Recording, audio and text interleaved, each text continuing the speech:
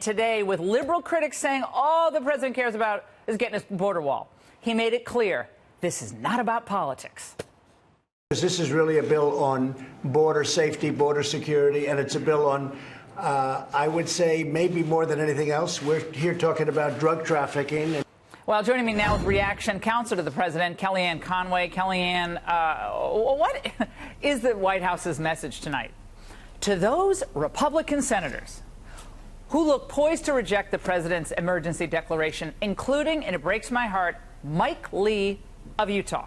Okay, Murkowski doesn't surprise me at all, but Mike Lee and Rand Paul, you're on my you-know-what list tonight. I'm sorry, it is appalling. Well, I was in two separate briefings with the president today, and in both times he said, take the vote you want to take, but I think it's a bad vote. He said this is an easy decision. It's quite binary. You either are for border security, the sovereignty of this nation, keeping the drugs out of our communities, Laura, the human traffickers out, the illegal flow of people, particularly those unaccompanied minors and families coming from the Northern Triangle, or you're not. And he doesn't believe you can divorce the two just because you want to hide behind a process argument. He is focused on the substance, as he has been for 4 straight years now. And the substance is very simple.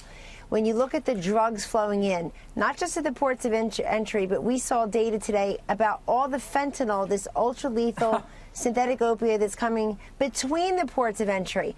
A very important article today called The Fentanyl Failure, of all places, in the Washington Post. Brilliant article. The Fentanyl Failure.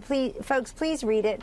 The fentanyl failure refers to how the Obama administration did absolutely nothing to mitigate and curb the rising epidemic of the synthetic opioid that now has claimed about 67,000 Americans, more than Vietnam, Iraq, and Afghanistan wars put together. Tiny little grain, Laura, is lethal. Kellyanne, but I got to go back to what's happened on Capitol Hill. Now, they'll make a constitutional argument. I think your White House counsel's office clearly is right that this was an absolute delegation of congressional authority to the president in the 1970s to declare emergencies. Now they want to claim they didn't do that. Well, they did it. If they want to change it, they should change that law. But on this question of what's going to happen next, the president will veto this if it gets rejected, which it looks like he will. He'll veto it, and then what happens at the border with the construction of the wall? What happens? Well, the president will look at the options, and obviously they don't have enough votes to override. Why are we still looking at options, Kellyanne? We've been talking about the wall for 2 years. What options? Well, but that's not his fault. A Republican Congress failed him first. Now the Democratic Congress is. This president has made clear that he wanted money for the wall funding. Remember, Laura, when he signed that omnibus spending package, he said, I don't like it, but there's $716 billion for the troops. It just went up to $750 billion. There's all this money for the troops. We've got some other stuff in here that we're funding, like the opioid crisis, like some other measures. And then he said, but you have to give me the wall funding. The Republican Congress said, sure, we'll get you that funding this Congress, and they didn't do it. And now the Democrats certainly aren't going to do it. But you know what? This president says every day he's moving on with the construction. And this new budget has $32.5 billion for border security measures. That includes additional Border Patrol agents. That includes technology enhancements. But it also includes money for the wall, the military construction funds, the drug diversion funds. So tonight you still don't know where you're getting the money, though? I get we all know what the president wants. Well, but tonight, do we not know where we're getting the money? I mean, you guys have had a lot of time to figure this out. Well, it's in the budget. We figured it out many times. If they want to, look, if these Republicans who know this president is within his full legal authority to declare a national emergency after he gave them months to do their jobs, Laura, the courts and the Congress have failed to do their jobs on immigration for decades. This president used the declaration of the national emergency as his course of last resort. I'm just trying to figure out where he's getting the money. We're spending money enforcing other countries' borders, Kellyanne. I get it. Syria and Iraq and Afghanistan. Bring the money home to enforce our borders. I think most people are saying, what the heck are we doing? I want to get your thoughts on this, though. The Democrats love to say that the president or his allies, Kellyanne, dehumanize folks. Let's watch.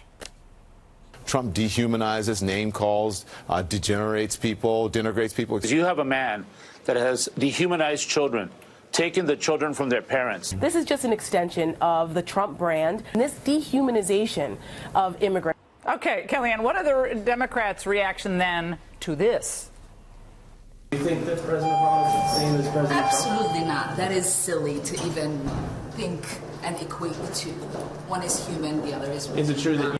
Jared and Ivanka, just on the facts, forget the book for a second, they've outlasted everybody. Well, is it a sign that loyalty is preeminent with the Trumps? I don't think so, no. I think mediocrity is. When you're too mediocre, even for Donald Trump, you really got a problem. And of course they survived.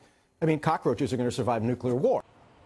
Kellyanne, cockroaches, we know the word vermin used by Hitler's coterie to describe Jews. So I'm sure I want to tell you something. I found that to be... Go ahead.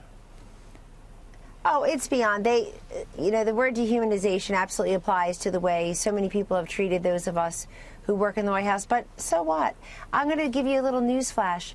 We don't really care. They've been trying to cut us down and push us out since we arrived. And those of us who are there for the right reasons and are surviving all of this and thriving beautifully, it doesn't matter. And I know that's true about Jared and Ivanka as well. The media don't like to cover anything that they're trying to do. Her Global Women's Fund, or what he's done on criminal justice reform, or Mideast peace, no, it doesn't trade, count. certainly the USMCA president had a big meeting. No, they don't want to cover anything. But you know what? I'm not sure it matters so much. I think the media matter to themselves and to each other. Yeah. But there's a lot of noise and a lot of nonsense out there. I think people know that they're doing much better. But you know what? I'm glad you played all those clips for another reason. Stop the nonsense, everybody, about we are for all women. We are pro-women. We are for independent thinkers. You have Elizabeth Warren's running for president. She tried to appropriate somebody else's ethnicity. She lied about that. They've got a bunch of, I like to say, I don't see any presidential timber yet, just presidential wood chips. Yeah, Kellyanne, thanks so much. It's great to have you on tonight.